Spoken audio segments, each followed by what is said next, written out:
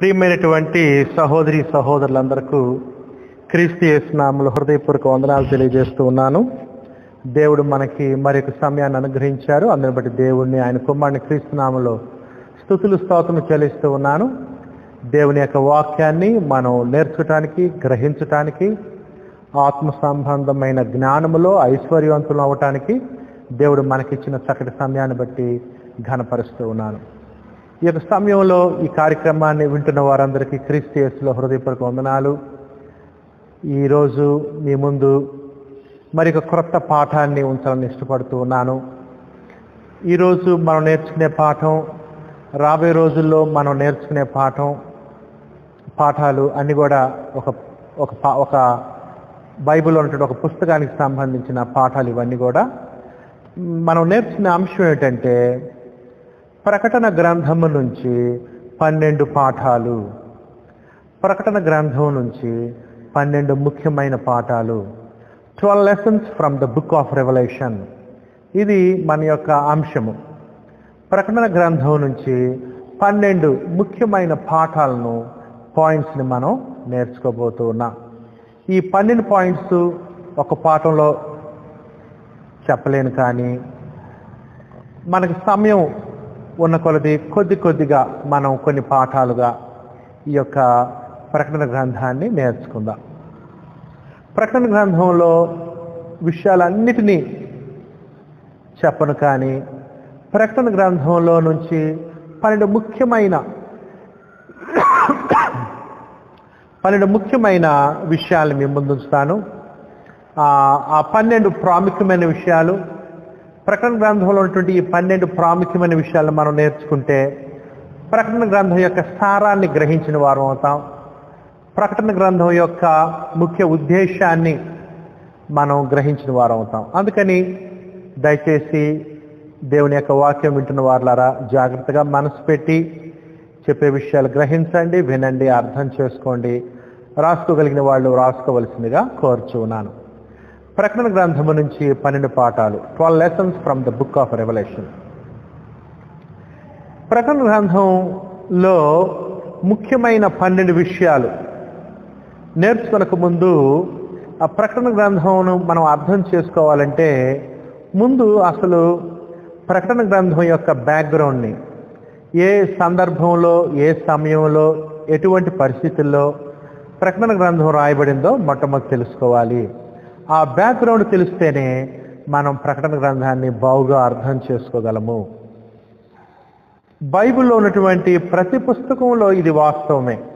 ఏంటంటే బైబిల్లో ఉన్న 66 పుస్తకాలు, ప్రతి పుస్తకం యొక్క బ్యాక్గ్రౌండ్, అది రాసింది ఎవరు, ఎప్పుడు రాశారు, ఏ ఉద్దేశంతో రాశారు, ముఖ్య ఉద్దేశం ఏంటి, అంతేకాదు ఆనాడు ఎటువంటి పరిస్థితుల్లో ఆ పుస్తకం రాయాల్సి వచ్చింది, ఇటువంటి విషయాలు కనుక మనం తెలుసుకొని ఆ పుస్తకాన్ని మనం చదివినట్లయితే, గ్రహించినట్లయితే, మొట్టమొదటిగా ఎవరికైతే ఆ పుస్తకం రాయబడిందో, ఆ పత్రిక రాయబడిందో, ఆ విషయాలు బాగా చదివినట్లయితే, గ్రహించినట్లయితే, చరిత్రను తెలుసుకున్నట్లయితే, ఆ యొక్క గ్రంథంలో, పుస్తకంలో, పత్రికలో ఉన్న విషయాలు మనం చక్కగా అర్థం చేసుకోగలం.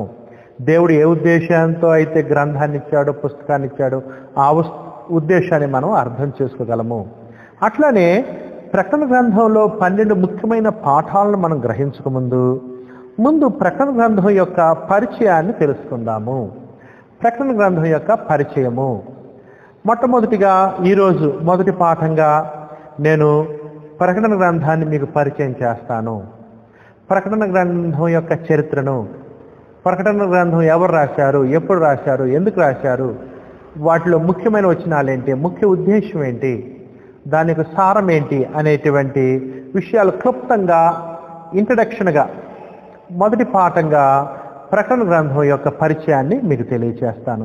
అందుకని ప్రకటన గ్రంథం మీద మనం ధ్యానించక ముందు, ప్రకటన గ్రంథం నుంచి 12 పాఠాలు నేర్చుకొనక ముందు మొట్టమొదటిగా ప్రకటన గ్రంథం యొక్క పరిచయాన్ని మీకు తెలియచేస్తాను. దయచేసి గమనించవలసిందిగా కోరుచున్నాను.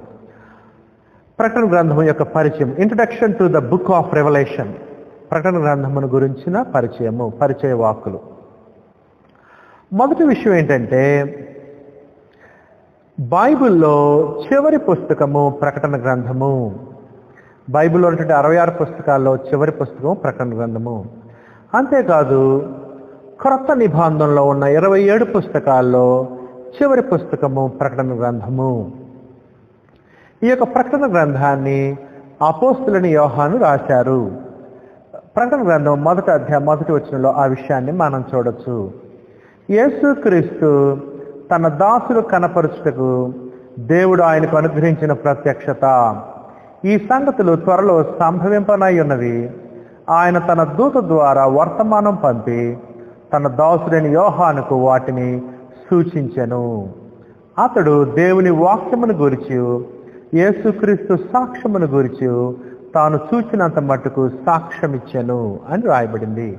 దీన్ని బట్టి ప్రకటన గ్రంథం రాసింది ఎవరంటే అపోస్తులని యోహాను అని మనం గ్రహిస్తూ ఉన్నాము. యోహాను ప్రకటన గ్రంథమే కాకుండా ఇంకొక 4 పుస్తకాలు యోహాను రాశారు క్రొత్త నిబంధనలో. యోహాను రాసిన మొదటి పత్రిక, యోహాను రాసిన సువార్త, యోహాను రాసిన మొదటి పత్రిక, యోహాను రాసిన 2వ పత్రిక, యోహాను రాసిన 3వ పత్రిక, ఈ 4 కూడా పుస్తకాలు కూడా యోహాను రాశారు. 5వది ప్రకటన గ్రంథము. అంటే యోహాను క్రొత్త నిబంధనలో 5 పుస్తకాలు రాసినట్లుగా మనం చూస్తున్నాం. పౌలు తర్వాత ఎక్కువ పుస్తకాలు రాసిన వారు ఎవరంటే యోహాను. యోహాను ప్రకటన గ్రంథాన్ని ఎప్పుడు రాశారు అనేటువంటిది మనం ఆలోచించినట్లయితే 96 ADలో, క్రీస్తు శకము 96 ADలో, మొదటి శతాబ్దం యొక్క చివరిలో ఈ యొక్క పుస్తకం రాయబడినట్లుగా మనం చూస్తూ ఉన్నాము. అంతేకాదు ఈ పుస్తకము 96 ADలో మొదటి శతాబ్దము చివరిలో రాయబడినట్లుగా మనకి ఆధారాలు కూడా ఉన్నాయి. ఎలాగంటే మొదటి శతాబ్దము 2వ శతాబ్దంలో ఉన్నటువంటి క్రైస్తవులు కొంతమంది ఆనాడు ఉన్నటువంటి సంఘ నాయకులు ఈ విషయాన్ని దృఢపరిచారు. మొదటి శతాబ్దము 2వ శతాబ్దమునకు అంటే ప్రకటన గ్రంథం రాయబడిన టైంలో దాని దగ్గరగా జీవించిన వారు సంఘ నాయకులు అయినటువంటి ఐరేనియస్ కానీ, క్లెమెంట్ ఆఫ్ అలెగ్జాండ్రియా కానీ, ఆరిజన్ కానీ, ఇసుబియస్ కానీ, ఇటువంటి మొదటి 2 శతాబ్దాలకు సంబంధించిన వాళ్ళు ఇది 96 ADలో రాయబడినట్లుగా దృఢపరిచారు. దాన్ని బట్టి ప్రకటన గ్రంథము 96 ADలో రాయబడినట్లుగా మనము నమ్మవచ్చు. ఆ తరువాత ఇంకొక విషయం ఏంటంటే ప్రకటన గ్రంథము అపోకలిప్టిక్ భాషలో రాయబడింది. ప్రకటన గ్రంథము అపోకలిప్టిక్ భాషలో రాయబడింది అంటే అలంకారిక భాషలో రాయబడిన గ్రంథము ప్రకటన గ్రంథము. మిగతా పుస్తకాలు క్రొత్త నిబంధనలో ఆ విధంగా రాయబడలేదు. కానీ క్రొత్త నిబంధనలు చివరి పుస్తకము ప్రకటన గ్రంథము ప్రత్యేకంగా ఎక్కువగా అలంకార భాషలో రాయబడింది. ఉదాహరణకి మత్తయి సువార్త 24వ అధ్యాయంలో కూడా అలంకారిక భాష రాయబడింది. అంతేకాదు ప్రకటన గ్రంథం అయితే ఎక్కువ భాగం అలంకారిక భాషలో రాయబడిన పుస్తకము. అలంకారిక భాష అంటే సంగతుల్ని, విషయాల్ని సూచనల రూపంలో, గుర్తుల రూపంలో,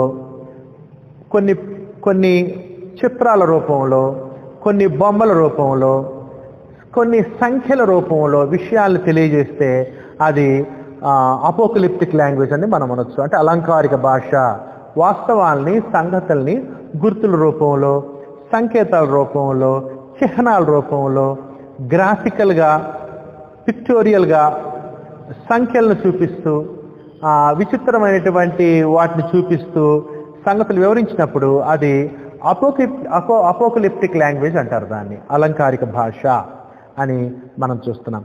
ఈ భాష బైబిల్ విద్యార్థులకు క్రొత్త ఏం కాదు. ఈ భాష దానియేలు గ్రంథంలో మనం చూడొచ్చు, తర్వాత యెహెజ్కేలు గ్రంథంలో మనం చూడొచ్చు, ఈ భాష యెషయా గ్రంథంలో మనం చూడొచ్చు, ఆ తర్వాత జకరియా గ్రంథంలో కూడా ఈ భాష మనం చూడొచ్చు. బైబిల్ విద్యార్థులకి ఈ భాష ఏం క్రొత్త కాదు. అంతేకాదు ప్రకటన గ్రంథం రాయబడినటువంటి సందర్భం ఏమిటంటే రోమా సామ్రాజ్యం ప్రపంచాన్ని పరిపాలిస్తున్నప్పుడు వారు క్రైస్తవుల్ని హింసిస్తూ ఉన్నారు, దారుణంగా శిక్షిస్తూ ఉన్నారు, దారుణంగా చంపుతూ ఉన్నారు. ఇటువంటి రోమా సామ్రాజ్యం సమయంలో క్రైస్తవులు హింసించబడుతున్నప్పుడు వ్రాయబడిన పుస్తకమే ప్రకటన గ్రంథము. ఇది దాని యొక్క బ్యాక్గ్రౌండ్ అన్నమాట. ఆ విషయాన్ని మనం రాబోయే పాఠాల్లో నేర్చుకుంటాం. గొప్ప శ్రమ క్రీస్తు యొక్క సంఘానికి, క్రీస్తు యొక్క రాజ్యానికి కలుగుతున్నప్పుడు ప్రపంచంలో విస్తరించిన క్రీస్తు యొక్క సంఘాలు రోమా సామ్రాజ్యం ద్వారా, చక్రవర్తుల ద్వారా హింస, బాధ, శ్రమ, మరణం అనుభవిస్తున్నప్పుడు వ్రాయబడిన పుస్తకమే ఈ యొక్క ప్రకటన గ్రంథము. అంతేకాదు ప్రకటన గ్రంథంలో 22 అధ్యాయాలు ఉన్నాయి. ప్రకటన గ్రంథం మనం చదివేటప్పుడు ఏం చేయాలంటే ఫస్ట్ సెంచరీ గ్లాసెస్ పెట్టుకొని చదవాలి. అంటే మొదటి శతాబ్దంలో ఉన్నదాన్ని ఊహించుకుంటూ దాన్ని మనసులో ఉంచుకొని ప్రకటన గ్రంథాన్ని చదవాలి. అసలు ఆనాడు క్రీస్తు సంఘాలు ఎలాగున్నాయి, ఆనాడు ప్రభు సంఘాలు ఎటువంటి స్థితిలో ఉన్నాయి, ఎటువంటి శ్రమలు అనుభవిస్తున్నారు, ఎంత ఘోరమైనటువంటి మరణశిక్షణ అనుభవిస్తున్నారు, అక్కడ ఉన్నటువంటి శత్రువులు వాళ్ళని ఎలా హింసిస్తున్నారు. ఇట్లా ప్రకటన గ్రంథం చదివేటప్పుడు మొదటి శతాబ్దపు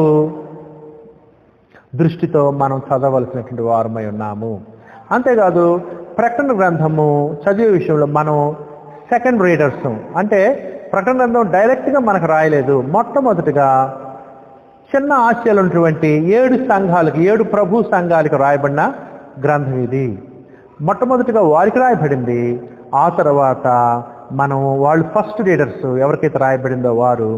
ఇప్పుడు మనమైతే సెకండ్ రీడర్స్. అందుకని మనం సెకండ్ రీడర్స్ అనేటువంటి ఉద్దేశంతో రెండవ వారంగా చదువుతున్నాం అనే భావంతో ప్రకటన గ్రంథాన్ని మనం చదవలసిన వారమై ఉన్నాము. తద్వారా దాన్ని సరిగ్గా అర్థం చేసుకోగలం. మిగతా పత్రికలు, పుస్తకాలన్నీ కూడా అంతే. ఉదాహరణకు అపోస్తలుడైన పౌలు కొరింథీయులకు రాసిన పత్రిక ఉంది. ఎలా చదువుతాం మనం? అది డైరెక్ట్గా నాకు రాసినట్టు మనకు రాసి చదవం కదా. మొట్టమొదటి కొరింథీయులకు రాశాడు.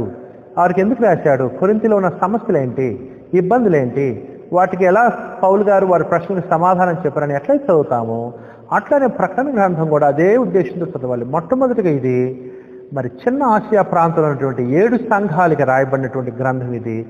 వారికి ఎందుకు రాశాడు, ఆనాడు ఉన్నటువంటి సంఘాలకి స్థితిగతులు ఏంటి, వాళ్ళని ఏ విధంగా ఆదరిస్తున్నాడు, హెచ్చరిస్తున్నాడు, బుద్ధి చెబుతున్నాడు, సంగతులు తెలియజేస్తున్నాడు అనే ఉద్దేశంతో మొట్టమొదటి చదవాలి. ఆ తర్వాత ప్రకటన గ్రంథం నుంచి మనమేం పాఠాలు నేర్చుకోవచ్చు అనే దాన్ని మనం గ్రహించాలి. అందుకనే ఈ యొక్క పాఠం పేరు ఏంటంటే ప్రకటన గ్రంథము నుంచి 12 పాఠాలు. ప్రకటన గ్రంథం నుంచి నేటి క్రైస్తవులుగా, క్రీస్తు సంఘ సభ్యులుగా ఉన్నటువంటి మనము నేర్చుకోవలసిన 12 ముఖ్యమైన పాఠాలను నేను మీకోసం ఒక క్రమమైన పద్ధతిలో నేర్పించడానికి ప్రయత్నిస్తూ ఉన్నాను. ఆ తర్వాత ఇంకొక విషయం ఏంటంటే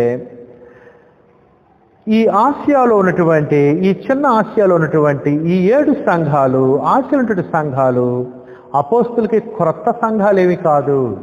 ఇవన్నీ అపోస్తలకు తెలిసిన సంఘాలే. ఈ ఆసియాలో ప్రాంతంలో ఉన్నటువంటి 7 సంఘాలు. ఈ ఆసియాలో, చిన్న ఆసియాలో 7 సంఘాలు ఏమిటంటే ఎఫెసస్లో ఉన్నటువంటి సంఘము, స్ముర్నాలో ఉన్నటువంటి సంఘము, పెర్గములో ఉన్నటువంటి సంఘము, తుయతైరా, సార్దీసు, ఫిలదెల్ఫియా, లవోదికియా, ఈ 7 సంఘాలు.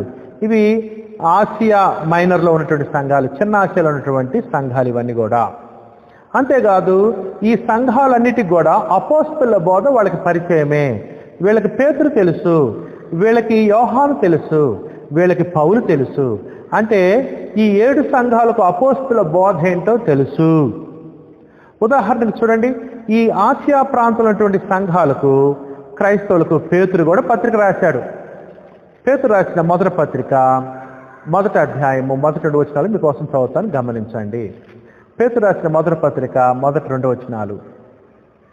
యేసుక్రీస్తు అపోస్తలుడైన పేతురు తండ్రిన దేవుని భవిష్యత్ జ్ఞానమును బట్టి ఆత్మ వలని పరిశుద్ధ పొందిన వారై విధేయులగుటకును యేసుక్రీస్తు రక్తం వలన పరోక్షపబడుటకును ఏర్పరచబడిన వారికి, అనగా పొంతు, గలతీయ, కప్పదొకియా, ఆసియా, అదిగో చూసారా, ఆసియా అని చెప్తున్నాడు, బితునియా అను దేశముల యందు చేరిన వారిలో చేరిన యాత్రికులకు శుభాన్ని చెప్పి వ్రాయినది, మీకు కృపయు సమాధానమును విస్తరిల్లునుగాక.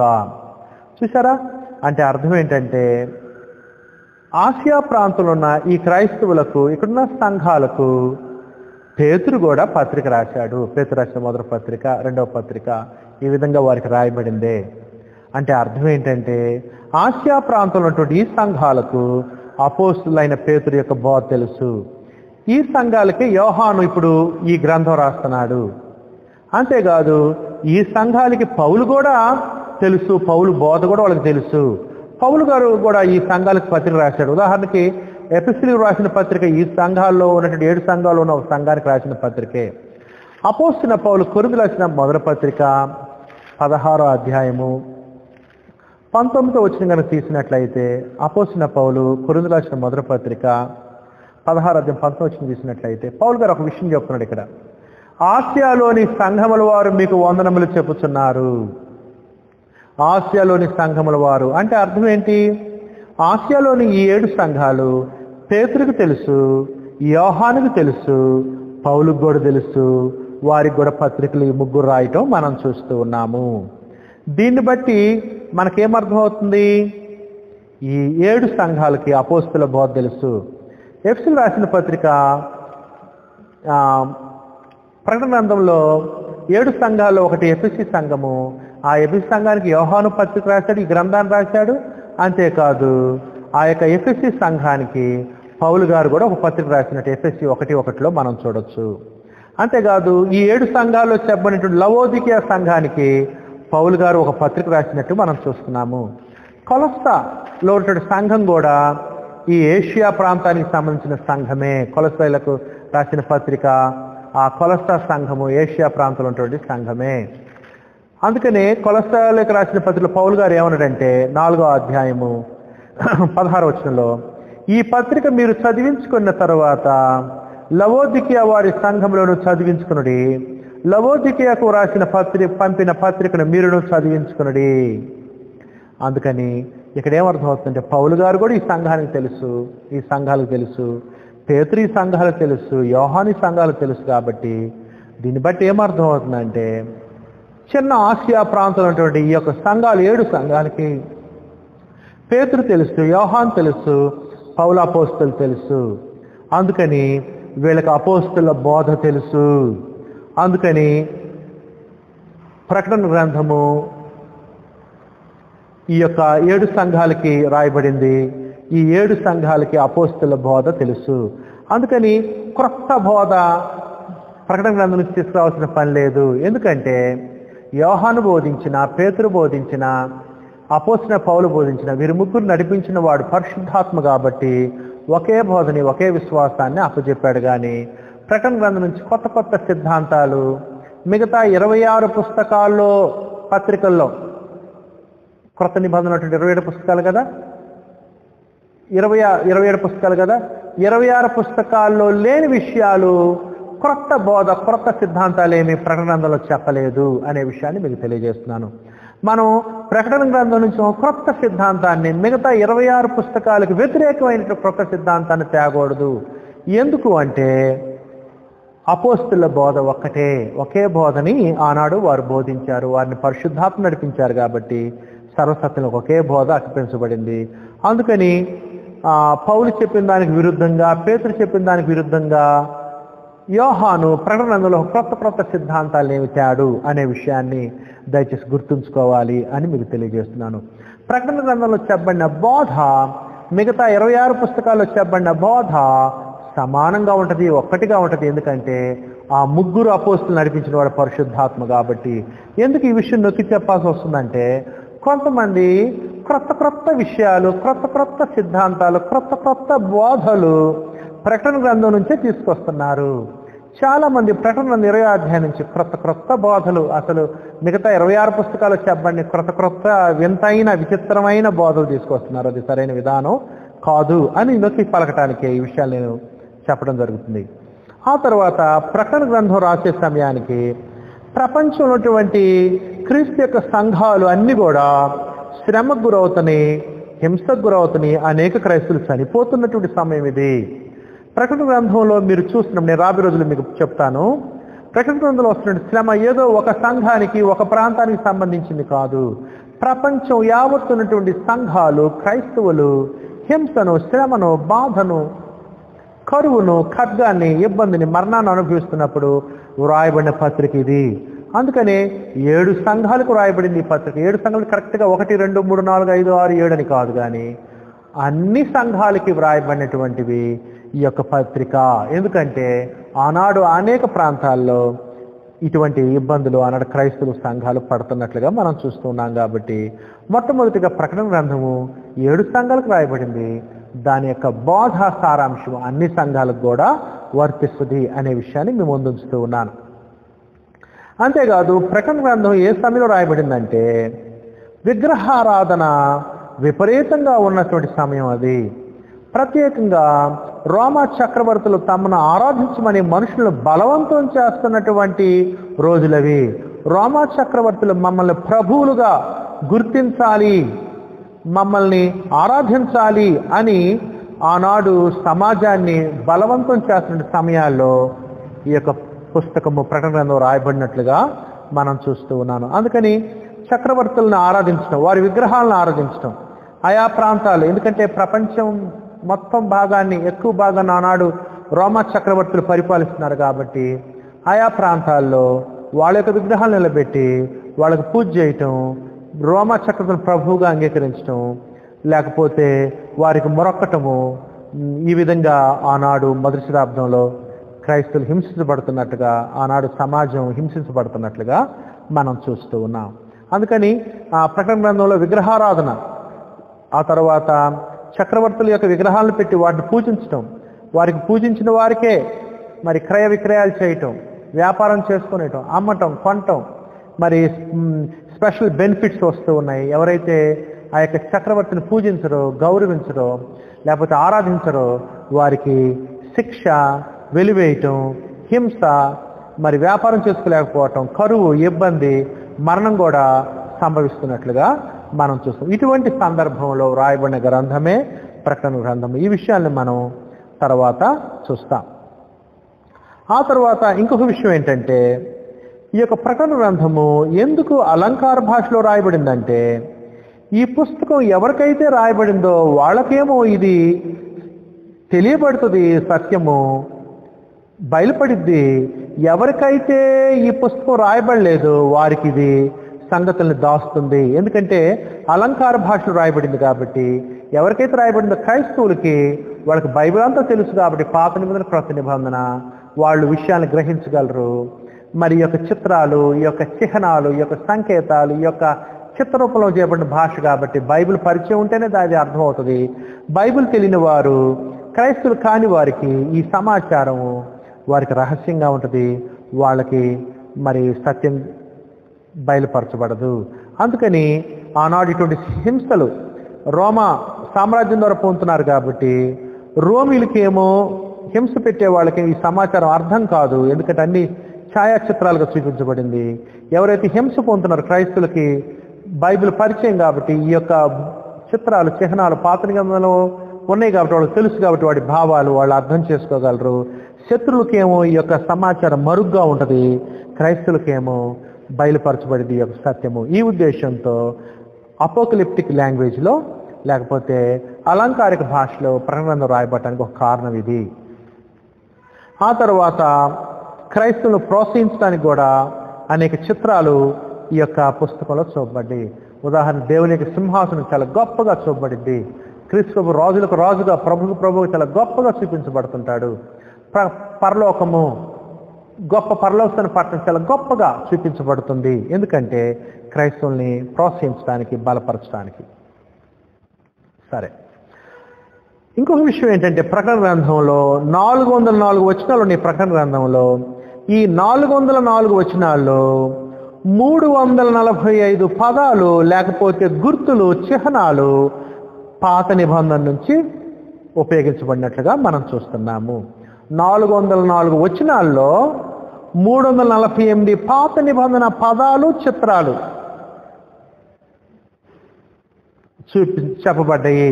అంటే దాని అర్థం ఏంటంటే ప్రకటన గ్రంథంలో ఎంత గొప్పగా పాత నిబంధనలో ఉన్నటువంటి సింబాలిజం, ఆ సింబల్స్, ఆ సైన్స్ చూపించబడినాయో మనం అర్థం చేసుకోవచ్చు.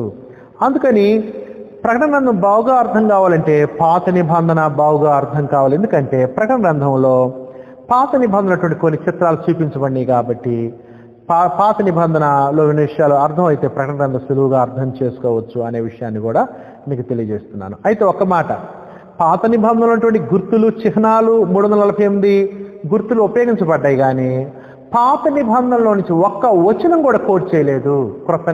ఈ యొక్క ప్రకటన గ్రంథంలో ఒక్క వచనం కూడా కోట్ చేయబడాల. ఇది నెరవేరిందనో లేకపోతే ఈ వచనం రాయబడిందని పాత నిబంధన నుంచి ఒక్క వచనం కూడా కోట్ చెప్పబడలేదు. కానీ పాత నిబంధనలో 348 పదాలు, ఆ యొక్క చిత్రాలు, ఆ యొక్క సింబల్స్ క్రొత్త నిబంధనలో ప్రకటన గ్రంథంలో ఉపయోగించబడినట్లుగా మనం చూస్తూ ఉన్నాము. అందుకని ప్రకటన గ్రంథం బాగా అర్థం కావాలంటే పాత నిబంధనలు ఈ గుర్తులు, ఈ యొక్క సూచనలు, ఈ యొక్క సంకేతాలు, ఈ చిత్రాలు బాగా అర్థం కావాలి. ఉదాహరణకి ప్రత్యక్ష గుడారంలో ఉన్నటువంటి బలిపీఠం కానీ, లేకపోతే దేవాలయం కానీ, లేకపోతే ధూపార్తులు కానీ, ఇవన్నీ కూడా బాగా చెప్పబడినాయి, చిత్రాలుగా చూపించబడినాయి ఈ యొక్క ప్రకటన గ్రంథంలో. ఇంకొక విషయం ఏంటంటే ప్రకటన గ్రంథం నుంచి మనం ప్రకటన గ్రంథాన్ని అర్థం చేసుకోవాలంటే ప్రకటన గ్రంథంలో ఇంకా మనం ఏం చూస్తామంటే ఆనాడు క్రైస్తవులు హింసించబడుతున్నారు, వేదనకు గురవుతున్నారు, ఖడ్గంతో చంపబడుతున్నారు, కరువుతో నశించిపోతున్నారు. ఇటువంటి శ్రమల వెనకాల ఉన్నటువంటి నిజమైన వ్యక్తులు ఎవరు అనేటువంటిది కూడా ప్రకటన గ్రంథం మనకి తెలియజేస్తుంది. ప్రకటన గ్రంథము కళ్ళకు కనపడేటువంటి హింసలకి వెనుకాల కళ్ళకు కనపడినటువంటి ఆత్మ సంబంధమైనటువంటి లోకంలో ఉన్నటువంటి ఆ యొక్క దుష్ట శక్తులు ఎవరో వారు ఏ విధంగా ఈ యొక్క శ్రమలకు కారణమవుతూ ఉన్నారు, అపవాది కానీ వాని సంబంధాలు కానీ, ఆ దాన్ని కూడా మనం ప్రకటన గ్రంథంలో స్పష్టంగా చూస్తాము. ప్రకటన గ్రంథంలో అదృశ్యమైన సంగతులు చూపించబడ్డాయి ప్రకటన గ్రంథంలో అనే విషయాన్ని మేము ముందు ఉంచుతున్నాను. అందుకని ఒక విధంగా క్రైస్తవులు ఆత్మ సంబంధమైన యుద్ధంలో ఉన్నారు, ఆత్మ సంబంధమైన పోరాటంలో ఉన్నాము. గొప్ప దురాత్మల సమూహంతో మనం పోరాడుతున్నాము, సాతాను సంబంధాలతో మనం పోరాడుతున్నాము, సాతాను చెప్పు చేతలో ఉన్నటువంటి అధికారులతో మనం పోరాడుతున్నాము అనే విషయాన్ని మనం గ్రహించవచ్చు. అందుకని క్రైస్తవుడు ఆత్మస్వన యుద్ధంలో ఉన్నాడనే విషయాన్ని గ్రహించవలసింది కోరుచున్నాను. ప్రకటన గ్రంథంలో ముఖ్యమైన వచనాలు ఏమిటంటే, మొట్టమొదటిగా ఈ వచనాలు నోట్ చేసుకోండి. ప్రకటన గ్రంథంలో ముఖ్యమైన వచనాలు, ప్రకటన గ్రంథము 11వ అధ్యాయము 15వ వచనము ఒక ముఖ్యమైన వచనం. ప్రకటన గ్రంథం 11:15. 7వ దూత బూర ఊదినప్పుడు పరలోకములో గొప్ప శబ్దములు పుట్టెను. ఆ శబ్దములు ఈ లోక రాజ్యము మన ప్రభు రాజ్యమును, ఆయన క్రీస్తు రాజ్యమును ఆయన యుగయుగముల వరకు ఏలుననెను. అది ప్రకటన యొక్క సారాంశము. క్రీస్తు తండ్రిన దేవుని చేత రాజులకు రాజుగా ప్రభులకు ప్రభుగా నియమించబడ్డాడు. దేవుడు తండ్రిన దేవుడు ప్రభు అయిన క్రీస్తుకి పరలోకమందును భూమి మీదను భూమి కిందను సర్వాధికారం ఇచ్చి ఉన్నాడు. ఇప్పుడు సర్వము పరిపాలిస్తుంది ప్రభు అయిన క్రీస్తు. ప్రభు అయిన క్రీస్తు రాజులకు రాజు ప్రభులకు ప్రభువు. ఆయన పాలన యుగయుగములు ఉంటుంది.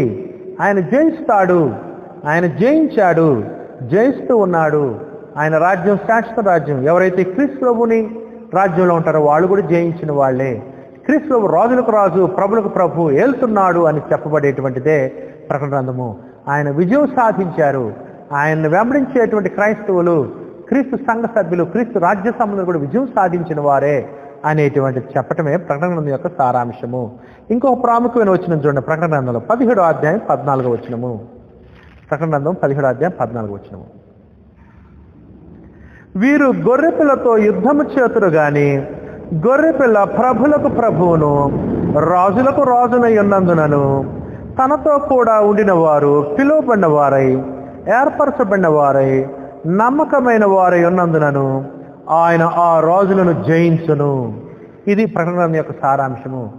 క్రీస్తుని వెంబడించేవారు, క్రీస్తుని రాజుగా అంగీకరించిన వారు, క్రీస్తు యొక్క రాజ్యంలో ఉన్నవారు, క్రీస్తు యొక్క సంఘంలో ఉన్నవారు క్రీస్తు ప్రభు ప్రకారం చెప్పిన ప్రకారం అనుసరిస్తుంటారు. కాబట్టి ఎట్లయితే క్రీస్తు ప్రభు జయించాడో అట్లా ఆయన వెంబడించేవారు కూడా జయిస్తారు అనేటువంటిదే ఈ యొక్క సారాంశము. ఇంకో ప్రాముఖ్యమైన వచనం ఏంటంటే ప్రకటన గ్రంథంలో వచ్చిన ప్రాముఖ్యమైన వచనాలు ఇవి. ప్రకటన గ్రంథంలో 2వ అధ్యాయం 10వ వచనము. ఇదిగో మీకు శోధింపబడినట్లు అపవాది మీలో కొందరిని చెరలో వేయబోతున్నాడు. 10 దినములు శ్రమ కలుగును, మరణం వరకు నమ్మకముగా ఉండము, నేను నీకు జీవ కిరీటం ఇచ్చేదను. అది క్రైస్తవుడు ఏం చేయాలి? క్రీస్తు రాజ్య సంబంధిగా మరణం వరకు నమ్మకంగా ఉండాలి. రాజుగారిని వెంబడిస్తూ ఉండాలి. ఆత్మసంబంధ యుద్ధంలో మరణ వరకు నమ్మకం ఉంటే జయము, జయశాలతను క్రీస్తు ప్రభువులే అనేది ప్రకటన గ్రంథం యొక్క సారాంశము. ఇంకొక ప్రాముఖ్యమైన వచనం చూడండి, ప్రకటన గ్రంథం 12వ అధ్యాయము 11వ వచనము. ప్రకటన గ్రంథం 12వ అధ్యాయం 11వ వచనం. వారు గొర్రెపిల్ల రక్తమును బట్టి తామిచ్చిన సాక్ష్యమును బట్టి వారిని జయించి ఉన్నారు కానీ మరణం వరకు తమ ప్రాణములను ప్రేమించిన వారు కారు. అది అపవాదిని, వాని సంబంధుల్ని, అపవాది యొక్క టీముని, అపవాది యొక్క సమూహాన్ని జయించిన వారు క్రైస్తవులు. దేన్ని బట్టి? దేవుని బట్టి, ఆయన కుమారుని క్రీస్తుని బట్టి, క్రీస్తుని వెంబడించడాన్ని బట్టి, మరణం వరకు క్రీస్తుకు నమ్మకంగా ఉండటం బట్టి వారు అపవాదిని, వారి సంబంధాన్ని జయించారు. తమ మరణం కంటే కూడా క్రీస్తు ప్రభుని ఎక్కువగా వారు కోరుకున్నట్లుగా మనం చూస్తున్నాము. ఈ విధంగా మరణం వరకు క్రీస్తు ప్రభుకి నమ్మకంగా ఉంటున్న వాళ్ళు, తమ రాజుని మరణం వరకు వెంబడించినటువంటి సైనికులు జయించిన వారు. ఇది ప్రకటన గ్రంథం యొక్క సారాంశము, ముఖ్య వచనాలు ఇవి. ప్రకటన గ్రంథం యొక్కలో ఉన్న ముఖ్య వచనాలు. అంతేకాదు ప్రకటన గ్రంథం యొక్క ముఖ్య ఉద్దేశం ఏంటంటే క్రీస్తుని వెంబడించినటువంటి ఆయన రాజ్య సంబంధులు జయించేవారు అనే విషయాన్ని మనం చూస్తున్నాం. ఎవరైతే క్రీస్తుని వెంబడిస్తారో, క్రీస్తు అడుగుజాడలు నడుస్తారో, మరణం వరకు నమ్మకం ఉంటారో క్రీస్తుని వెంబడిస్తూ, వారు జయించిన వారు, జయశాలులు అనే విషయాన్ని మనం ఇక్కడ నేర్చుకుంటూ ఉన్నాం. అది ప్రకటన యొక్క సారాంశము. ఆ తర్వాత ఇంకొక విషయం ఏంటంటే ప్రకటన గ్రంథంలో చిన్న ఆశయాలు ఉన్నటువంటి 7 సంఘాలకు రాయబడినటువంటి ఈ యొక్క గ్రంథము, దీంట్లో ఉన్నటువంటి సమాచారము అన్ని సంఘాలకి అన్ని కాలాల్లో కూడా ఈ గ్రంథం ఉపయోగపడుతుంది. ఒకవేళ ప్రకటన గ్రంథంలో మొదటి చదువులో క్రైస్తవులకు వచ్చిన హింసలే మనకు రావచ్చు, అప్పుడు కూడా ఈ గ్రంథం మనకు ఉపయోగపడుతుంది. క్రైస్తవుడికి శ్రమలు రావచ్చు, మరణం రావచ్చు, అప్పుడు కూడా ఈ గ్రంథం ఉపయోగపడుతుంది. అందుకని ప్రకటన గ్రంథం యొక్క సారాంశము, ప్రకటన గ్రంథం యొక్క ముఖ్య పాఠాలు ఆనాడున్నటువంటి చిన్న ఆశలను 7 సంఘాలకే కాదు, ప్రపంచవ్యాప్తంగా ఉన్నటువంటి సంఘాలకు అన్ని కాలాల్లోనికి సంబంధించిన సమాచారము ఈ ప్రకటన గ్రంథంలో ఉన్నది అనే విషయాన్ని నేను మీకు తెలియచేస్తూ ఉన్నాను. ఆ తర్వాత ప్రకటన గ్రంథము యొక్క పరిచయ వాకులు ఇంకొక ప్రాముఖ్య విషయం ఏంటంటే ప్రకటన గ్రంథము అనేక ప్రశ్నలకు సమాధానం ఇచ్చే గ్రంథము. ప్రత్యేకంగా ఎవరైతే క్రైస్తవులు హింస పొందుతున్నారో, బాధ పొందుతున్నారో, ఇబ్బంది పడుతున్నారో, మరణానికి, కరువుకి, ఖడ్గానికి గురవుతున్నారో, దారుణంగా వధింపబడుతున్నారో, అటువంటి సమయంలో క్రైస్తవులకు వచ్చే సహజమైన ప్రశ్నలకు సమాధానమిచ్చే గ్రంథము ప్రకటన గ్రంథము. ఎందుకు నాకు ఈ శ్రమలు వస్తున్నాయి? ఎంతకాలం ఈ శ్రమలు? ఈ శ్రమల కారణాలు ఏంటి? ఈ శ్రమలో నేను ఎలా ఉండాలి? ఇంత దారుణమైనటువంటి ఈ యొక్క ఖడ్గం ద్వారా చంపబడుతున్నట్టు క్రైస్తవుల సంగతి ఏంటి? చనిపోయిన వారు ఎక్కడున్నారు ఇప్పుడు? వారి స్థితి ఏంటి? ఇటువంటి ప్రశ్నల యొక్క సమాధానం ప్రకటన గ్రంథం ఇస్తుంది చాలా చక్కగా, వివరంగా. రాబోయే పాఠాల్లో మనం ఆ విషయాన్ని నేర్చుకోకపోతే ఈ ప్రశ్నలకు సమాధానం ప్రకటన గ్రంథం ఇస్తుంది. అంతేకాదు ప్రకటన గ్రంథము ప్రవచనంతో కూడినటువంటి గ్రంథం ఇది. It is a book of prophecy. ప్రకటన గ్రంథం మొదటి అధ్యాయము మొదటి 3 వచనాలు మీరు చూడొచ్చు. ఇవి ప్రవచన వాక్యములు అని చెప్పండి. అంటే భవిష్యత్తులో జరగబోయే సంగతులు ఆనాడు మొదటి శతాబ్దపు క్రైస్తవులకు చెప్పబడినటువంటి విషయాలు ఇవి. భవిష్యత్తుకు సంబంధించిన విషయాలు కూడా ఉన్నాయి అనే విషయాన్ని మీకు తెలియజేస్తూ ఉన్నాను. ఆ తర్వాత ఇంకొక విషయం ఏంటంటే ప్రకటన గ్రంథము ఒక క్రమమైన పద్ధతిలో వ్రాయబడిన గ్రంథము. ప్రకటన గ్రంథము ఒక క్రమమైన పద్ధతిలో వ్రాయబడిన గ్రంథము. ప్రకటన గ్రంథము గజిబిజితో కూడిన గ్రంథం కాదు, ఒక క్రమమైన పద్ధతిలో వ్రాయబడిన గ్రంథం అనే ఒక మంచి వార్తను మీకు తెలియజేస్తున్నాను. కొంతమంది ప్రకటన గ్రంథం చదవరు, చాలా తక్కువగా చదువుతారు. చాలా తక్కువగా చదివే పుస్తకాల్లో క్రైస్తవులు ఒకటి ఏంటంటే ప్రకటన గ్రంథం. ఎందుకంటే అదంతా కన్ఫ్యూజన్గా, గజిబిజిగా ఉంటుందని వాళ్ళ యొక్క ఉద్దేశం. కానీ మనసు పెట్టి చూసినట్లయితే ప్రకటన గ్రంథం ఒక క్రమమైన పద్ధతిలో విషయాల్ని దేవుడు క్రీస్తు ద్వారా, దేవదూత ద్వారా, యోహాను ద్వారా, పరిశుద్ధాత్మ ప్రయాణం చేసి చెప్పుకుంటూ వెళుతూ ఉంటాడు. మొట్టమొదటిగా 7 సంఘాల గురించి మనం చూస్తాము, ఆ 7 సంఘాల పరిస్థితి గురించి. ఆ తర్వాత 7 ముద్రలు తీయటం మనం చూస్తాము. ఆ తర్వాత 7వ ముద్ర తీసిన తర్వాత మరలా 7 బోర్లు ఊదటం మనం చూస్తాం. 7వ బోర ఊదింటే మరలా 7 పాత్రలు కోమరించడం మనం చూస్తాం. ఆ తర్వాత తీర్పు జరుగుతుంది. ఆ తర్వాత కొంతమంది నరకంలో వేయబడతారు, నిత్య శిక్షలో, అగ్ని గంధకంలో కొంతమంది గుండంలో పడబడతారు, ఇంకొంతమంది పరలోకానికి వెళతారు. ఈ విధంగా ఒక క్రమమైన పద్ధతిలో చెప్పబడింది ప్రకటన గ్రంథం అనే విషయాన్ని కూడా మీకు చెప్తూ ఉన్నాను. అంతేకాదు ప్రకటన చదివినప్పుడు ఇంకొక విషయం ఏంటంటే తీసుకొచ్చే జాగ్రత్తల్లో, ప్రకటన గ్రంథంలో చెప్పబడిన ప్రతి చిత్రాన్ని, ప్రతి వస్తువుని, ప్రతి విషయాన్ని కూడా మనం వివరంగా చూడలేము. ఓవరాల్ పిక్చర్ మనం చూడగలము. అంటే చిన్న చిన్న డీటెయిల్స్ కూడా మనం దాని ఉద్దేశాలు ఏంటి, భావాలు ఏంటి చెప్పగానే ఓవరాల్గా దాని యొక్క ముఖ్య ఉద్దేశం ఏంటి, ఆ చిత్రంలో ఉన్నటువంటి ప్రతి విషయం. ఇప్పుడు 10 కొమ్ములు ఉంటాయి, 7 తలలు ఉంటాయి, 7 కిరీటాలు ఉంటాయి. ఈ ఒక్కొక్క దాని గురించి వివరంగా మనం చెప్పలేకపోయినా ఓవరాల్గా ఆ పిక్చర్ ఏంటి, దానికి సారం ఏంటి, సారాంశం ఏంటో మనం చెప్పొచ్చు. అందుకని ప్రతిదాని యొక్క వివరణ మనకి చెప్పలేము ప్రకటన గ్రంథంలో అనే విషయాన్ని కూడా మీ ముందు ఉంచుతున్నాను. తర్వాత ఇంకొక విషయం ఏంటంటే, ప్రకటన గ్రంథంలో చెప్పబడిన విషయాలు మిగతా క్రొత్త చట్టంలో చెప్పబడిన 26 పుస్తకాల్లో చెప్పబడిన వాటికి విరుద్ధంగా ప్రకటన గ్రంథం ఏది బోధించదు. ప్రకటన గ్రంథం యొక్క బోధ మిగతా క్రొత్త నిబంధనలోని 26 పుస్తకాలకు విరుద్ధంగా వ్యతిరేకంగా ఉండే బోధ కాదు. దానికి అనుకూలంగానే ఉంటుంది ప్రకటన గ్రంథంలో బోధ కూడా. అందుకని దయచేసి ప్రకటన గ్రంథం కొత్త సిద్ధాంతాలు, కొత్త బోధ తేకూడదు. ఎందుకంటే ప్రకటన గ్రంథంలో చెప్పబడిన సారము మిగతా 26 పుస్తకాలు చెప్పబడిన సారం కూడా ఒకే విధంగా ఉంటుంది అనే విషయాన్ని మీకు తెలియజేస్తూ ఉన్నాను. అంతేకాదు ప్రకటన గ్రంథంలో మనము అసలు బైబిల్ అంతా, దేవుని సంకల్పం అంతా సారం మనం ప్రకటన గ్రంథంలో చూడొచ్చు. ఏదైనా తోటలో ఆదాము హవ్వల ద్వారా మనం ఏం పోగొట్టుకున్నాం, ఆదాము ద్వారా ఏమి నష్టపోయాము, ఆ తర్వాత క్రీస్తు ద్వారా ఆయన రాజ్యంలో ఉండటం ద్వారా పరలోకంలో మరలా తిరిగి మనం మొత్తం పొందటం మనం చూస్తూ ఉంటాం ప్రకటన గ్రంథంలో. అందుకని ప్రకటన గ్రంథం ఒక కంప్లీట్ బైబిల్ స్టోరీ చెప్పేటువంటి పుస్తకము. ఉదాహరణకి మీరు ప్రకటన 2వ అధ్యాయంలోకి వెళ్తే 2వ అధ్యాయంలో మనం పరలోక పట్టణంలోకి వెళ్ళినప్పుడు ఏదైనా తోటలో పోగొట్టుకున్నామో అవన్నీ కూడా అక్కడ తిరిగి పొందుతున్న జీవవృక్షం కానీ, జీవజలాల దగ్గరికి వెళ్ళటం కానీ, ఇటువంటి ఫలాలు తినటం కానీ, శాపం ఉండదు అక్కడ, దేవునితో సహవాసం ఉండటం, ఇటువంటి అన్నీ కూడా మనము ప్రకటన గ్రంథంలో చూస్తాం. అందుకని ప్రకటన గ్రంథంలో కంప్లీట్ బైబిల్ చరిత్రని మనం చూడొచ్చు. ఆదికాండం నుంచి యోధా పత్రిక దాకా ఉన్నటువంటి కంప్లీట్ బైబిల్ హిస్టరీ మనం ప్రకటన గ్రంథంలో చూడొచ్చు. ఆదాములో మనం ఏం పోగొట్టుకున్నాము అవన్నీ క్రీస్తులో పొందటము, పరలోకంలో మనం పొందటం మనం చూస్తూ ఉంటాం ప్రకటన గ్రంథంలో. అంతేకాదు ప్రకటన గ్రంథంలో నిజమైన వీరులు, జయించిన వారు ఎవరంటే వారి రాజైన క్రీస్తుని వెంబడించు మరణం వరకు నమ్మకం ఉన్న వాళ్ళే నిజంగా జయించిన వాళ్ళు, నిజంగా జయించిన వారు వాళ్ళు అని చెప్పబడుతుంది.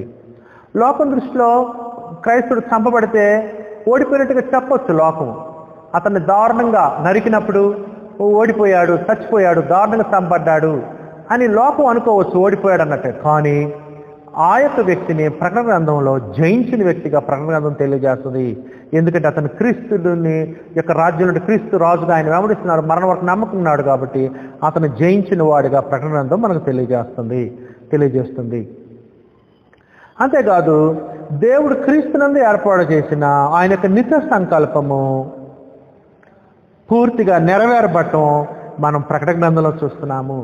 దేవుడు క్రీస్తు ద్వారా క్రీస్తు లాంటి అనేక కుమారులను నిత్య మహిమలోనికి, తన కుమారులుగా పరలోకంలోనికి తెచ్చుకోవాలనేటువంటిది దేవుని యొక్క సంకల్పమైనది, దేవుని యొక్క కోరిక అయినది, దేవుని యొక్క ప్రణాళిక అయినది. ఆ యొక్క ప్రణాళిక ప్రకటన గ్రంథంలో నెరవేరినట్లుగా మనం చూస్తూ ఉన్నాము. దేవుడు తను సంకల్పించినట్టుగానే ఆయనకు సంకల్పం ఫెయిల్ కాలేదు, ఆయన సంకల్పం సక్సెస్ఫుల్గా నెరవేర్చబడింది. అనేకులు క్రీస్తు ద్వారా దేవుని కుమారులుగా, కుమార్తెలుగా పరలోకములో వారసులుగా రావటం, ఆ నిత్యపట్నంలో దేవునితో కాపురం ఉండటం, దేవుని సన్నిధిలోనికి రావటం మనం చూస్తాం ప్రకటన గ్రంథం. అందుకని దేవుని యొక్క సంకల్పం యొక్క నెరవేర్పు ప్రకటన గ్రంథంలో మనం చూడొచ్చు. ఆ తర్వాత ఇంకొక విషయం ఏంటంటే, యొక్క ప్రకటన గ్రంథం యొక్క ఉద్దేశంలో ప్రకటన గ్రంథంతో బైబిల్ పూర్తవుతుంది. ప్రకటన గ్రంథంతో Bible is a complete book. ఒక కంప్లీట్గా బైబిల్ కనపడిద్ది మనకు ప్రకటన గ్రంథం కలుపుకుంటే. ఏదైనా తోటలో పోగొట్టుకున్నామో అది మరలా క్రీస్తులో పరలోకంలో పొందడంతో మనం ప్రకటన గ్రంథం ఒక కంప్లీట్ ఇంట్రెస్టింగ్ స్టోరీగా, ఒక కంప్లీట్ బుక్గా, ఒక పర్ఫెక్ట్ బుక్గా, ఏమైతే పోగొట్టుకున్నావో అవన్నీ క్రీస్తులో పరలోకంలో పొందడంతో ప్రకటన గ్రంథం ముగుస్తుంది. కాబట్టి ఒక కంప్లీట్ స్టోరీగా మనం ప్రకటన గ్రంథంలో చూడొచ్చు బైబిల్ యొక్క కంప్లీట్ స్టోరీని. ఆ తర్వాత ప్రకటన గ్రంథంలో ఏం చెప్పబడుతూ ఉంటుందంటే, ప్రకటన గ్రంథంలో శ్రమ కొద్ది కాలమే అని పదే పదే చెప్పబడుతూ ఉంటుంది. ప్రకటన గ్రంథంలో ఆ శ్రమ కొద్ది కాలం అంటానికి సంఖ్యల రూపంలో చెప్తుంటాడు. 10 దినాలు శ్రమ, కొద్ది కాలం ఉంటుంది, కొంతకాలము ఉంటుందని చెప్తాం. 3.5 సంవత్సరాలు, 7 సంవత్సరాలు ఏమో పూర్తి సమయం అయితే 3.5 సంవత్సరాలు తక్కువ సమయం అంట, సగం సమయం కదా. అందుకని కొద్ది కాలానికి 3.5 సంవత్సరాలు సూచిస్తూ ఉంటాడు. ఈ 3.5 సంవత్సరాలనే కాలము, కాలములు, అర్ధకాలము అంటుంటాడు. అలంకార భాష అనమాట. ఆ తర్వాత 1260 రోజులు అంటే 3.5 సంవత్సరాలు. అంటే అర్థం ఏంటి? 7 సంవత్సరాలు అయితే కంప్లీట్, 3.5 సంవత్సరాలు సగం అన్కంప్లీట్, ఇన్కంప్లీట్ కదా. అందుకని మరి కొద్ది కాలమే ఉంటుంది శ్రమ అని ప్రకటన గ్రంథంలో పదే పదే ఈ యొక్క సంఖ్యలు చూపిస్తూ చెప్పబడినటువంటి గ్రంథమే ప్రకటన గ్రంథము. అయితే శ్రమ కొద్ది కాలం కానీ పరలోకంలో మనం జీవించేది శాశ్వత కాలం, యుగయుగాలు దేవునితో ఉంటాము. అందుకని మనం పొందే నిత్య జీవం పరలోకంతో పోల్చినప్పుడు ఈ శ్రమ కొద్ది కాలమే అని ప్రకటన గ్రంథం చెప్తూ ఉంటుంది పదే పదే. ఆ తర్వాత ప్రకటన గ్రంథం మనకి ఇంకేమని చెప్తుందంటే, ఈ లోకంలో మనం జీవిస్తున్నప్పుడు క్రైస్తవునిగా ఎటువంటి పరిస్థితుల్లో కూడా నువ్వు క్రైస్తులాగే జీవించాలి, క్రైస్తునిగా జీవించాలే కానీ తప్పిపోకూడదు. మరి శత్రువుల సంగతి ఏంటి? దేవుడు చూసుకుంటాడు, దేవుడు ప్రతిఫలం ఇస్తాడు, దేవుడు వారిని శిక్షిస్తాడు. నువ్వు మటుకి ఎట్టి పరిస్థితుల్లో శ్రమ వచ్చినా, కష్టం వచ్చినా, కరువు వచ్చినా, మరణం వచ్చినా, ఖడ్గం వచ్చినా నమ్మకంగా ఉండాలి, క్రీస్తు యొక్క అడుగుజాడులు నడవాలి, క్రీస్తు చెప్పినట్టు ఆయన చట్ట ప్రకారం జీవించాలి అని ప్రకటన గ్రంథం మనకు తెలియజేస్తుంది. పగ తీర్చుకోవడానికి దేవుడు తీర్చుకుంటాడు. ఆ రాజులను కానీ, రాజ్యాలను కానీ, సాతాను కానీ, దురాత్మలు కానీ, మరి వీళ్ళందరినీ దేవుడు శిక్షిస్తాడు. నువ్వు మటుకి ఆ శ్రమల్లో కూడా ప్రభుని క్రీస్తు చూపించిన మార్గంలో క్రైస్తుడిగా జీవించవలసిన అవసరం ఉన్నది అని ప్రకటన గ్రంథం తెలియజేస్తుంది. ఆ తర్వాత కొంతమంది ప్రకటన గ్రంథంలో ఉన్నటువంటి యొక్క అలంకార భాషను బట్టి భయపడుతూ ఉంటారు. అమ్మో ప్రకటన గ్రంథమా, ఆ బొమ్మలు, ఆ చిత్రాలు, ఆ యొక్క మరి సూచనలు మాకు అర్థం కావని అంటారు. అందుకని భయపడతారు. చాలా తక్కువ మంది చదువుతుంటారు ప్రకటన గ్రంథము. అంతేకాదు కొంతమంది చదివిన వాళ్ళు కూడా దాన్ని మిస్అండర్స్టాండ్ చేసుకుంటారు. ఎందుకంటే సింబల్స్ ద్వారా, సంకేతాల ద్వారా, చిత్రాల ద్వారా, బొమ్మల ద్వారా, సంఖ్యల రూపంలో చెప్పబడింది కాబట్టి రకరకాల బోధలు ప్రకటన తీసుకొచ్చి ప్రజల్ని అల్లకల్లోలానికి, గందరగోళానికి, భయానికి గురి చేస్తారు. కానీ అట్లా భయపడాల్సిన పని లేదు. మరి క్రైస్తవుడు చక్కగా దాని చిత్తాన్ని అర్థం చేసుకుని సంతోషం అంగీకరించి దేవుని చిత్త ప్రకారం నడుచుకోవలసినటువంటి వాడై ఉన్నాడు. అందుకని క్రొత్త క్రొత్త సిద్ధాంతాలు ప్రకటన గ్రంథం నుంచి తేవలసిన పని లేదు. నేను ప్రత్యేకంగా ప్రకటన గ్రంథంలో ఉన్న విషయాల్ని సులువైన పద్ధతులు, నాకు చేతనైనంత వరకు సులువుగా మీరు అర్థం చేసుకోవడానికి 12 పాయింట్స్లో ఒకదాని తర్వాత నేను చెప్పుకుంటూ వస్తాను, గమనించవలసిందిగా కోరుచూ ఉన్నాను. ఆ తర్వాత చివరి మాటల్లో ఇంకొకటి ఏంటంటే, ప్రకటన గ్రంథం ఎలాగుంటుందంటే, క్లుప్తంగా చెప్పాలంటే ప్రకటన గ్రంథం ఎలాగుంటుందంటే, ఐగుప్తు దేశంలో దేవుడు చేసిన కార్యాలేంటి, ఇశ్రాయేలు వీళ్ళు విమోచించబడ్డారు అనే విధంగా ప్రకటన గ్రంథం ఉంటుంది. ఉదాహరణకి ఐగుప్తులో ఇశ్రాయేలు ఫరో సైన్యానికి బానిసలుగా, దాసులుగా ఉన్నారు చాలా వందల సంవత్సరాలు. ఫరో సైన్యం వారిని ఇబ్బంది పెడుతున్నారు, శ్రమకు గురి చేస్తున్నారు, మరణానికి గురి చేస్తున్నాడు, మగపిల్లలను చంపమంటున్నాడు. మరి సరైన ఆహారం లేదు, ఇబ్బంది ఉంది, విశ్రాంతి లేదు, వెట్టి చాకరీ చేసుకుంటున్నారు, భారం పెడుతున్నారు. ఇటువంటి సమయంలో వాళ్ళు ఏం చేశారు? ఇశ్రాయేలు దేవునికి మొరపెట్టారు. దేవుడు ఎవరిని పంపించాడు? విమోచకుడుగా మోషేని పంపించాడు. ఎలా దేవుడు మోషే ద్వారా ఆ ఐగుప్తు సామ్రాజ్యాన్ని కూలగొట్టాడు? కరువులు తీసుకొస్తూ, మిడతలు తీసుకొస్తూ, ప్రకృతి వైపరీత్యాలను తీసుకొస్తూ, సూర్యచంద్ర నక్షత్రాలను వాడుకుంటూ వాళ్ళ యొక్క నదుల్ని, సముద్రాల్ని ఎలా దేవుడు పాడు చేస్తాడు, ఎలా దేవుడు మోషే ద్వారా ఇశ్రాయేలుని విడిపించి పాలు తేళ్లు ప్రవహించే కనానుభవాన్ని తీసుకెళ్తాడు. ఎట్లా ఉంది ఆ స్టోరీ? అట్లానే ఉంటుంది ప్రకటన గ్రంథం కూడా. ఆ తర్వాత ప్రకటన గ్రంథం ఎట్లా ఉంటుందంటే ఇంకొక విధంగా, ఉదాహరణకి ఇశ్రాయేలీలు బబులోను చక్రవర్తి నెబుకద్నెజరు పాలనలో మరి యెరూషలేము నాశనమై అందరిని చెరకు తీసుకెళ్తాడు నెబుకద్నెజరు చక్రవర్తి బబులోనికి. వాళ్ళని బానిసలుగా, దాసులుగా ఉంచుకుంటాడు. ఇటువంటి బానిసలుగా, దాసులుగా ఉంటున్నప్పుడు ఇటువంటి ఇబ్బందులు, శ్రమల్లో మరి దానియేలు లాంటి వాళ్ళు, ఎజ్రా లాంటి వాళ్ళు, నెహెమ్యా లాంటి వాళ్ళు ప్రార్థన చేస్తారు. తర్వాత దేవుడు బబులోను రాజు సామ్రాజ్యం తర్వాత మాదీలు పార్షులకి ఆ సామ్రాజ్యాన్ని అప్పగించి ఎలా వాళ్ళ ప్రార్థన ఆలకించి దేవుడు మరలా తిరిగి ఇశ్రాయేలుల్ని జెరుబ్బబేలు నాయకత్వంలో, ఎజ్రా నాయకత్వంలో, నెహెమ్యా నాయకత్వంలో చిన్నగా మరలా తీసుకెళ్ళి పౌలు తేనెలు ప్రవహించే కనాను భూభాగానికి నడిపిస్తాడు. ఎలా దేవుడు నడిపిస్తాడు, ఎలా శత్రువుల్ని దేవుడు ఆ బబులోను సామ్రాజ్యాన్ని ఎలా కూలగొడతాడు దేవుడే, ఎలా తన ప్రజలు ప్రార్థన చేస్తూ ఉంటే ఓపిక సహనం పడితే 70 సంవత్సరాల తర్వాత బబులోను సామ్రాజ్యం దేవుడే కోల్చేసి తన ప్రజలని ఇస్తాను తిరిగి పౌలు తేనెలు ప్రవహించే భూభాగాన్ని తీసుకెళ్తాడు. అట్లాగనే ఉంటుంది ఈ యొక్క క్రొత్త నిబంధనలో ఉన్నటువంటి ప్రకటనల సారాంశం కూడా. క్రైస్తవుల్ని హింసిస్తూ ఉంటారు ఎవరు? ఆనాడున్న ప్రభుత్వ అధికారులు, ఆనాడున్న నాయకులు, ఆనాడున్న రాజులు, ఆనాడున్న ప్రజలు, ఆనాడున్నటువంటి విగ్రహారాధికులు. వీరు ఏ విధంగా క్రీస్తు యొక్క సంఘాన్ని, క్రైస్తవుని హింసిస్తూ ఉంటారు, శ్రమ పడుతూ ఉంటారు. అటువంటి శ్రమల్లో, ఇబ్బందుల్లో ఏ విధంగా చంపుతూ ఉంటారు. అటువంటి సమయంలో క్రైస్తవులు ప్రార్థన చేస్తూ ఉంటారు. దేవుడు వారి ప్రార్థన ఆలకించి ఒక టైంలో దేవుడు తన కుమారుని క్రీస్తు ద్వారా ఆ గొప్ప సామ్రాజ్యాన్ని, ఆ అధికారుల్ని, ఆ నాయకుల్ని పాడు చేసి తన పిల్లలైనటువంటి క్రైస్తవుల్ని ఆ యొక్క మరణం నుంచి, శ్రమ నుంచి విడిపించడం మనం చూస్తాం ప్రకటన గ్రంథంలో. ఐగుప్తు దేశంలో వాడబడిన భాషే అలంకారికంగా ఇక్కడ వాడబడతా ఉంటుంది. నెబుకద్నెజరు చక్రవర్తి యొక్క సామ్రాజ్యం ఉంది కదా, బబులోను సామ్రాజ్యం. బబులోను సామ్రాజ్యం కూలిపోయినట్టే ఇక్కడ క్రైస్తవులు హింసిస్తున్న రాజ్యం కూడా కూలిపోద్ది అని బబులోను అనే పేరు కూడా ఉపయోగించబడింది. ఈ విధంగా సహోదరి సహోదరులారా, ఎలాగైతే ఐగుప్తు దేశంలో దేవుడు ఇశ్రాయేలుకి మోషేతో విమోచన ఇచ్చాడో, ఎలా దేవుడు బబులోను సామ్రాజ్యంలో మరి తన బిడ్డల ద్వారా ఇశ్రాయేలుకి విమోచన ఇచ్చాడో, అట్లానే క్రైస్తవుని హింసిస్తున్న ఆ రాజ్యాన్ని దేవుడు క్రీస్తు ద్వారా నాశనం చేసి క్రైస్తవులకు విమోచన ఇవ్వటం. అంతేకాదు చివరి క్రైస్తవులు పరలోకంలోని నిత్యజీవంలోనికి వారసులు కావటం చూస్తాము. ఆ విధంగా ప్రకటన గ్రంథం కథ కొనసాగుతూ ఉంటుంది, ప్రకటన గ్రంథం విషయాలు కొనసాగుతూ ఉంటాయి. అందుకని బైబిల్ యొక్క ఓవరాల్ పిక్చర్ మనసులో పెట్టుకుని మనం ప్రకటన గ్రంథం చదివితే చాలా సులువుగా అర్థమవుతుంది. మనం గందరగోళానికి, భయానికి గురి కావాల్సిన పని లేదు. తప్పుడు బోధలకి, తప్పుడు సిద్ధాంతాలు లోబడాల్సిన పని లేదు. ప్రకటనలో చెప్పబడిన విషయాలు పాత నిబంధనలో చెప్పబడినటువంటి విషయాలకు, క్రొత్త నిబంధనలు చెప్పబడినటువంటి విషయాలకు అనుకూలంగా ఉంటుందే కానీ వ్యతిరేకంగా, విరుద్ధంగా ఉండదు అనే విషయాన్ని కూడా మనం చూస్తూ ఉంటాం ప్రకటన గ్రంథంలో. ఆ తర్వాత చివరి విషయం ఏంటంటే, చివరిగా చెప్పే విషయం, ప్రకటన గ్రంథం ఏ మాటలతో ముగుస్తుందంటే ఒక చక్కటి ఆహ్వానంతో, వెల్కమ్తో ప్రకటన గ్రంథం ముగుస్తుంది. ప్రకటన గ్రంథం చివరిలో క్రీస్తు ప్రభు ఏమంటూ ఉంటాడంటే రమ్ము అని పిలుస్తూ ఉంటాడు, రానిము అని పిలుస్తూ ఉంటాడు. పరిశుద్ధాత్మ కూడా రమ్ము అని పిలుస్తూ ఉంటాడు. సంఘం పెళ్లి కుమార్తె కూడా రమ్ము అని పిలుస్తూ ఉంటారు. అందుకని ప్రకటన గ్రంథము 2వ అధ్యాయము, ప్రకటన గ్రంథము 2వ అధ్యాయము, ప్రకటన గ్రంథము 2వ అధ్యాయము దయచేసి ఈ వచనాలు చూడండి. ప్రకటన 2వ అధ్యాయం 17 వచ్చింది చదువుతాను.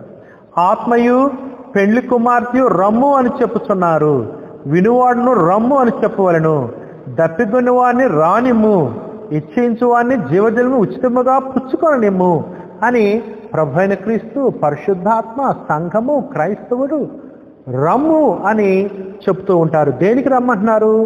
జీవజలాలు అనుభవించడానికి, నిత్య జీవం అనుభవించడానికి. ప్రకటన గ్రంథంలో చెప్పిన ఆ గొప్ప పరలోక సంబంధించిన పట్టణంలోనికి, నిత్య జీవంలోనికి, నిత్య మహిమలోనికి, దేవునితో నిత్య సహవాసంలోనికి, దేవునితో నిత్య సంబంధంలోనికి, నిత్య స్వాస్థ్యం పొందటానికి, నిత్య వారసత్వం పొందటానికి, నిత్య సంతోషం సహవాసంలోనికి రమ్ము అని పిలువటంతో ప్రకటన గ్రంథం ముగుస్తుంది. అందుకని సహోదరి సహోదరులారా, ప్రభు అయిన క్రీస్తు, పరిశుద్ధాత్మ, క్రీస్తు యొక్క సంఘం ఉండేడు. ప్రపంచంలో ఉన్న వారందరినీ కూడా రండి, పరలోకానికి వారసులు కండి. దేవుడు క్రీస్తు యేసు ద్వారా ఏర్పాటు చేసిన నిత్య జీవంలోనికి, పరలోక పట్టణంలోనికి ఆహ్వానం పలుకుతూ ఉన్నది ప్రకటన గ్రంథము అనే విషయంతో ఈ గ్రంథం ముగుస్తుంది. ఒక మంచి ఆహ్వానంతో, గొప్ప ఆహ్వానంతో, విలువైన ఆహ్వానంతో ఈ యొక్క ప్రకటన గ్రంథం ముగుస్తుంది. అందుకని ఈ విధంగా ప్రకటన గ్రంథం యొక్క విషయాలు ఉంటాయండి. అందుకని మనం ఈ రోజు నుంచి కూడా ఒక మంచి పాఠాన్ని నేర్చుకోబోతున్నాం. ఒక పుస్తకాన్ని వివరంగా చూడబోతున్నాం. బైబిల్లో ఉన్న 66 పుస్తకాల్లో చివరి పుస్తకము, క్రొత్త నిబంధనలు ఉన్నటువంటి పుస్తకాల్లో చివరి పుస్తకము ప్రకటన గ్రంథము యొక్క సారాంశాన్ని మనం చూడబోతూ ఉన్నాం. అందుకని ఈ పాఠానికి నేను ఏమని హెడ్డింగ్ పెట్టానంటే, ప్రకటన గ్రంథము నుంచి 12 ముఖ్యమైన పాఠాలు, 12 lessons from the book of revolution. ఈ 12 పాఠాలు కనుక, ఈ 12 పాయింట్స్ నేను అర్థం చేసుకున్నట్లయితే ప్రకటన గ్రంథంలో ఉన్న సారాన్ని, ఆ రసాన్ని త్రాగిన వారం అవుతాము. అందుకని ఈ 12 పాయింట్స్ ఒక క్రమమైన పద్ధతిలో నేను ముందు స్టడీ చేసి వివరంగా పరిశీలనగా మీకోసం ఎలా చెబితే సులువుగా అర్థమవుతుంది, సంగతులు గుర్తుంచుకుంటారు అనేటువంటి ఇది ఆలోచించి 12 పాయింట్స్గా ఒక క్రమమైన పద్ధతిలో ఆ 12 పాయింట్స్ మీకోసం చెప్పుకుంటూ వెళ్తాను. జాగ్రత్తగా ఫాలో అవ్వండి. ఎవరికైనా సందేహాలుంటే మీరు ఫోన్ చేసి నన్ను సంప్రదించవచ్చు, సమాధానం చెప్పడానికి ప్రయత్నిస్తాను. నా శ్రాయశక్తుల సులువుగా బాగా గుర్తుండిపోయేటట్లు, బాగా అర్థం ఉండేటట్లు, మనస్సులో బాగా నాటుకునేటట్లు, ఇతరులకు కూడా ప్రకటన గ్రంథం మీరు చెప్పే అంతగా టీచ్ చేయడానికి నేను ప్రయత్నిస్తూ ఉన్నాను. 12 విషయాలు క్రమంగా ఒక్కో దాని తర్వాత ఒకటి చెప్పుకుంటూ వెళ్తాను. జాగ్రత్తగా ఫాలో అవ్వండి. ఒక పాఠం తర్వాత ఇంకొక పాఠం జాగ్రత్తగా వినండి. ఈ ప్రకటన గ్రంథం విషయాలు నేర్చుకుందాం, మనం బలపడదాం, ఇతరులను బలపరుచుదాం. అంతేకాదు ప్రకటన గ్రంథం నుంచి వస్తున్నటువంటి తప్పుడు బోధల్ని, 1000 ఏండ్ల పరిపాలనని, భూలోకంలో ఉంటుందని రకరకాల తప్పుడు బోధలు ఉన్నాయి. అటువంటి బోధలన్నీ ఖండిస్తూ సత్యాన్ని తెలియజేసి అనేకులు స్వతంత్రులుగా చేద్దాం. మనం కూడా స్వతంత్రులుగా ఉందాం. ఇంతవరకు కూడా ఎంతో ఓపికతో ఈ పుస్తకం యొక్క పరిచయ వాక్కులు విన్నందుకు మీ అందరి కృతజ్ఞతలు.